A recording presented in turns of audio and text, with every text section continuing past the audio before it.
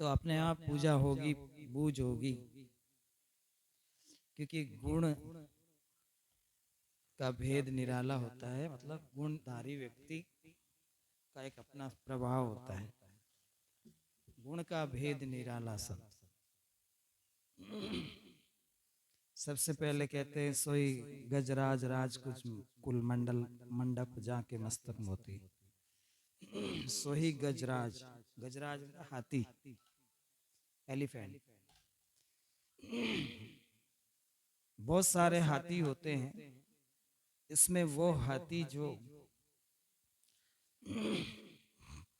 उसके ऊपर बैठने वाले मावत के मन से मन मिलाकर चलता है, जिसके मन में मोती होता है, जिसके मस्तक मोती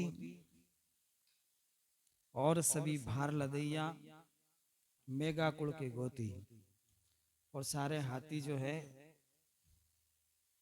भार लदैया होते हैं। जो राजा महाराजा होते हैं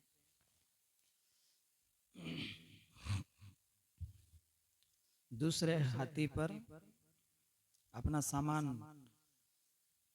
बांध करके उसे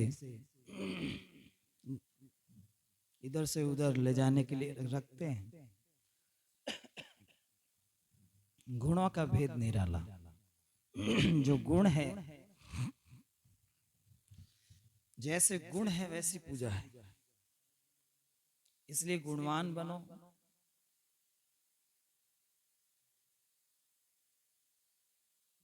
सोही सर्प सोही मणिधारी कहिए, मणि उजाले खेले। सांप संसार में कई तरह के हैं, मणिधारी सांप सबसे श्रेष्ठ होता है। इंग्लिश में क्या स्नेक कहते हैं। तो इस तरह वो सांप जो है वो कई तरह के हैं।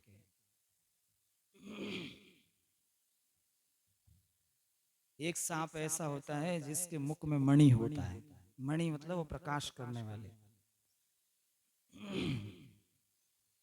तो उस मणि का प्रभाव ऐसा होता है कि मणिधारी सर्प उस मणि को अपने मुख में धारण किया होता है। पानी के अंदर उतर जाता है तो पानी उसे जगह दे देता है, वो अंदर पाताल तक ही जा सकता है। ऐसा बताया गया है। दूसरी बात,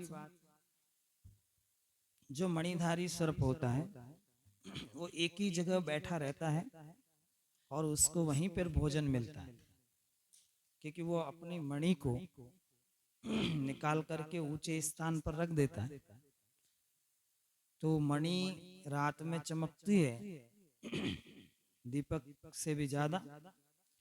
तो वो उस मणि के प्रभाव से अपने आप जो है चूहे वगैरह शिकार अपने आप आ जाते हैं और वो वहीं अपना आहार बना लेता है। इसलिए सर्प सोही मणिधारी कहिए। मणिधारी सर्प की महिमा बता रहे हैं कबीर साहब। और दूसरे सांप को क्या कह रहे हैं, वो तो जगत पगा तल तेले। जगत के लोगों के पैरों के नीचे, गाड़ियों के टायरों के नीचे आ करके मरते हैं, उनकी गति अच्छी नहीं होती। इसी प्रकार जो मनुष्य ज्ञान भक्ति नाम सुमरण से जुड़ जाता है, परमात्मा के नाम रूपी मणि यानी नाम रूपी मणि जो हृदय में रखता है ना, सत्संग के गुण रूपी मणि अपने हृदय में रखता है, तो उसकी विद्वान विद्वान सर्वलोके पूजनते। जो विद्वान होते हैं वे सर्वलोक के पूजनते हैं, ने सभी लोकों में पूजे जाते हैं। तो महत्व है गुणों का, इसलिए अच्छे अच्छे गुण धारण करो। पर्वत सोही उजागर कहिए, पर्वत सोही उजागर कहिए जिसमें धातु निवासा, सोना चांदी तांबा जस्ता रांगा,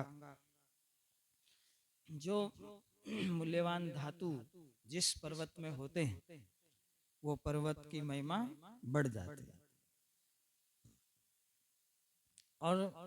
और सभी पाखान बरोबर, और पर्वत बड़े बड़े दिखते जरूर हैं परंतु उसमें कोई सोना चांदी जेवर नहीं है, इसलिए कोई धातु नहीं है, इसलिए उनकी महिमा संसार में फैलती नहीं, भले ही वो कितने ऊंचे हो। इसी प्रकार से संसार में साहेब कहते हैं कि आप गुणों को धारण करो, तब आपकी संसार में महिमा होगी। आगे कहते हैं और सभी पाखाण बरोबर टाकी लागी अग्नि प्रकाशा। पत्थर में लोहे की टांकी होती है, उसके ऊपर हथौड़ा से पीटते हैं तो उसमें क्या है, आग निकलती है। धातु नहीं निकलता, आग निकलती है। इसलिए वैसे पत्थर जहां पर्वत से होते हैं निकलते हैं उससे कोई महिमा नहीं। पर्वत सो उजागर कई मणि, पर्वत सोई उजागर जामे धातु निवासा। जैसे पर्वत की महिमा धातु से है, ऐसे ही मनुष्य की महिमा गुरु भक्ति से है, सत्संग से है, गुणों से है। नारी सोई पतिव्रता कही है, नारी की महिमा कब है? संसार में अनेक सतियां हुई, क्षत्रिणियां हुई, अनेक माताएं साध्वी हुई, जैसे मीराबाई का प्रसंग कि वो भक्ति में लीन हो गई, ऐसे ही कई पतिव्रताएं हुई। तो नारी सोही पतिव्रता कहिए, एक पति का व्रत रखने वाली पतिव्रता अनुसुईया माता का कथा आता है कि उसके द्वार पर आए ब्रह्मा विष्णु महेश को 6-6 महीनों का बालक बना के छोड़ दिया। कहानी लंबी है पर शॉर्ट में बता रहा हूं। तो नारी वही है जो पतिव्रता है, और साहेब की दृष्टि में जो पतिव्रता नहीं है उस नारी के लिए क्या कहा, और कई जे स्वान सुकरी सुंदर नाम नहीं ओपे। एक पति को, एक धनी को धारण नहीं करती, इस कारण से साहेब की दृष्टि में वो नारी सुकरी है, इस तरह से स्वान है। कहे कबीर सोई जन गुरुआ, कहे कबीर सा सोई जन गुरुआ, नाम भजन अधिकारी। इसी संसार में गुरु बहुत है, परंतु जो नाम भजन करके परमात्मा में पहुंच गए उनकी महिमा है। कहे कबीर सा सोई जन गुरुआ, नाम भजन अधिकारी, और सकल साहेब को बानो, देखो हृदय विचारे। और वैसे साधु तो बहुत हैं जो साहेब का बाना है, भेष भगवान है, भेष की पूजा तो हो रही है, परंतु वो साधु संसार में श्रेष्ठ है जिसके लिए घर छोड़ा उस परमात्मा की प्राप्ति कर ली। तो सोई जन कहे कबीर सा सोही जन गुरुआ, नाम भजन अधिकारी रे, और सकल साहेब को बानो, देखो हृदय विचारी रे। संतो गुण का भेद निराला रे, कोई जाने जानन हारा रे। देखते हैं साधु संतों को, कोई कैसे कैसे कपड़े पहने हुए हैं, और गुण है तो किसी कपड़ा में भी पूजा होती है, और अवगुण है भेष क्या कर सकता है? वो लोग नशा है, पता है, अनेक अवगुण धारण कर चुके हैं। तो साहेब कहते तो साधु तो बना समाज को उतारने के लिए, उबारने के लिए, परंतु तू खुद ही डूबे जा रहा है, तो तू क्या संसार को तारेगा? तो इसलिए कहा तुझे पार उतरना चाहिए तो नावड़िया से मिल तो रही है। नावड़ियो नाव चलावे, भव सागर से तारे। आप खुद बंधा है, औरों को क्या छुड़ाता है? बंदे को बंदा मिला, छूटे कौन उपाय, कर सेवा निर्बंध की, जो पल में ले छुड़ा। साहिब कहते जो खुद बंधा हुआ है वो दूसरों को क्या छुड़ाए? निर्बंध की सेवा करो ताकि वो तुम्हें बंधन से छुड़ाएंगे। तो इसलिए साहिब ने कहा घाट घाट सभी भरे, औगट भरे न कोई, औगट घाट कबीर साका, भरे सो निर्मल होय। साधु है, कोई सरगुण की कथा सुना रहे हैं, कोई निराकार निरंजन की कथा सुना रहे हैं, पर इसके आगे समझ नहीं है।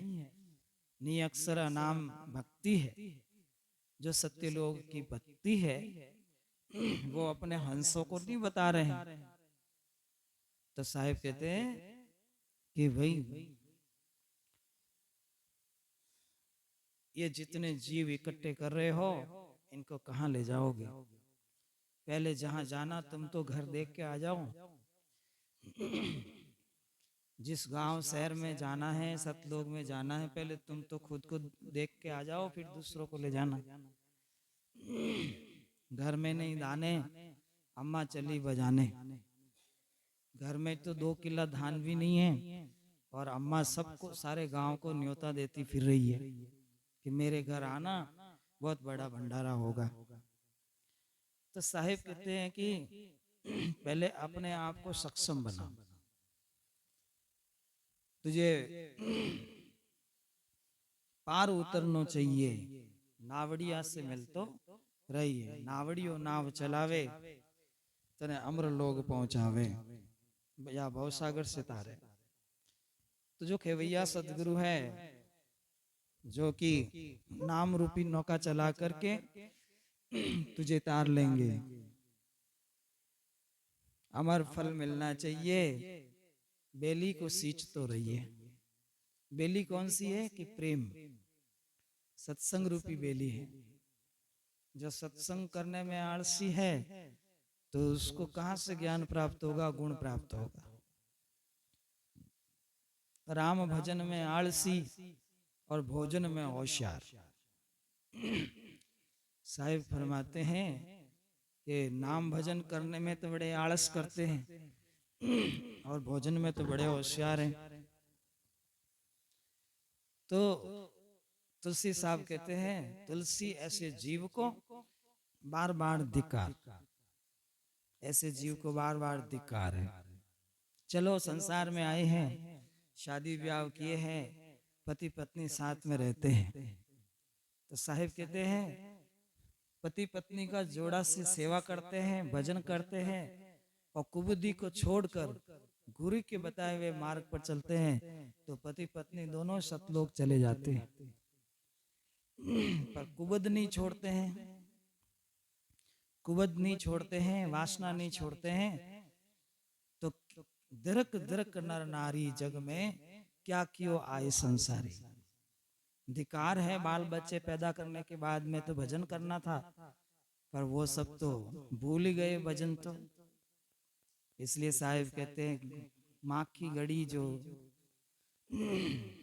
मक्खी जो है वो शहद के बूंद के पास में बैठी है, तो एक बार पी ले, 2 बार पी ले, से जीवन को धिक्कार है।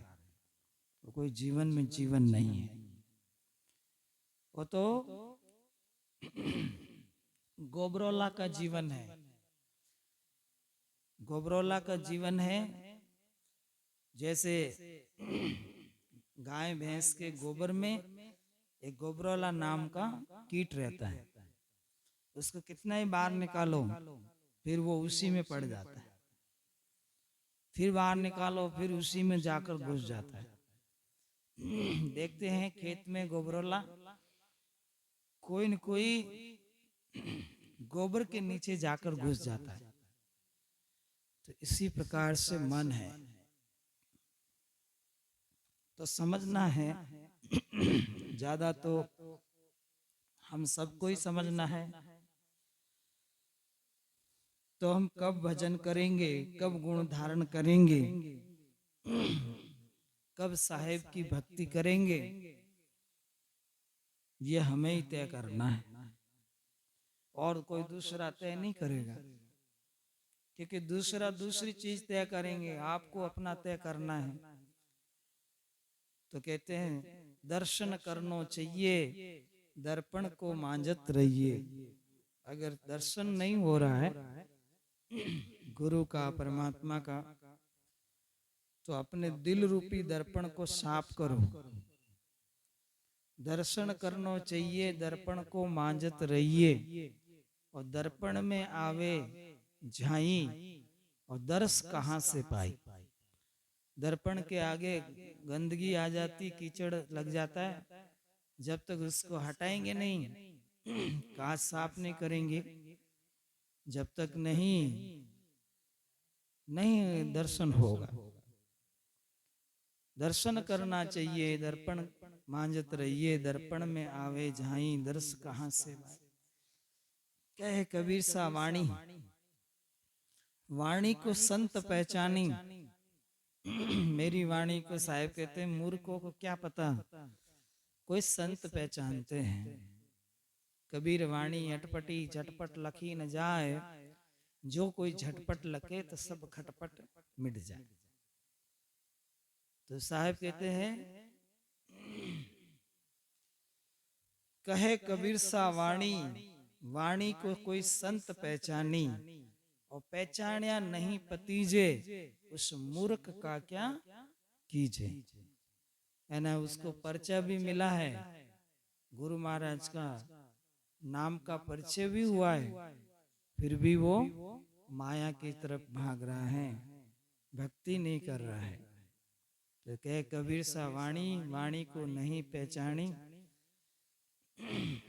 पहचानिया नहीं पतीजे, वह मूर्ख को क्या कीजे। साहब किसे मूर्ख कहते हैं? जो ऊपर चढ़ चढ़ के बार बार गिरता है, फिर ऊपर चढ़ता है फिर गिरता है, फिर ऊपर चढ़ता है फिर गिरता है। छोटी सी कथा आती है, एक नाली में कीड़ा था। तो कीड़ा क्या करता है, थोड़ी देर ऊपर आता है फिर नीचे गिर जाता है, फिर ऊपर आता है फिर नीचे गिर जाता है। तो उस कीड़ा को रामचंद्र जी महाराज देख रहे थे। तो गुरुजी से बात करते हैं, गुरुजी ये कीड़ा बार बार ऊपर आता है, ऊपर से गिर जाता है। तो गुरुजी कहते हैं ऐसे ही जीव की दशा है, जब से सतलोक से आया है तब से गुरु ऊपर उठाते हैं वो नीचे गिर जाता है। ऐसे ही जीव की दशा है। इसलिए कहे कबीर सा वाणी, वाणी को संत पहचाने। गुरु मोह छुड़ाते हैं वो ज्यादा पकड़ लेता है, गुरु लोभ छुड़ाते हैं वो ज्यादा लोभी हो जाता है, गुरु विकार छुड़ाते हैं, काम छुड़ाते हैं, वो ज्यादा कामी हो जाता है। तो इसी प्रकार से साहिब कहते हैं उस जीव को मैं भी छोड़ देता हूं, जैसे कि गंदे सेव फल छोड़ देते हैं। कोई सब्जी खराब हो गई उसको बाहर फेंक दी, कोई फल खराब हो गया बाहर फेंक दिया, कोई वस्तु खराब हुई बाहर फेंक दी। ऐसे ही परमात्मा भी, संत सदगुरु भी जब जीव नहीं चेतता है तो उसे छोड़ देते हैं। समझाया समझे तो दो वचन कहे, और समझाया भी नहीं समझे तो दो धक्का दे। और अर्थात साहिब कहते हैं धक्का तो नहीं देना है पर छोड़ देना है, आप जानो आपका काम जानो। तो सजनों, हमें साहिब चेता रहे हैं और हमें चेतना है, अपना जीवन सफल करना है। आज इतना ही। बोले सतगुरु कबीर साहिब की। सत्य नाम सत्य नाम सत्य।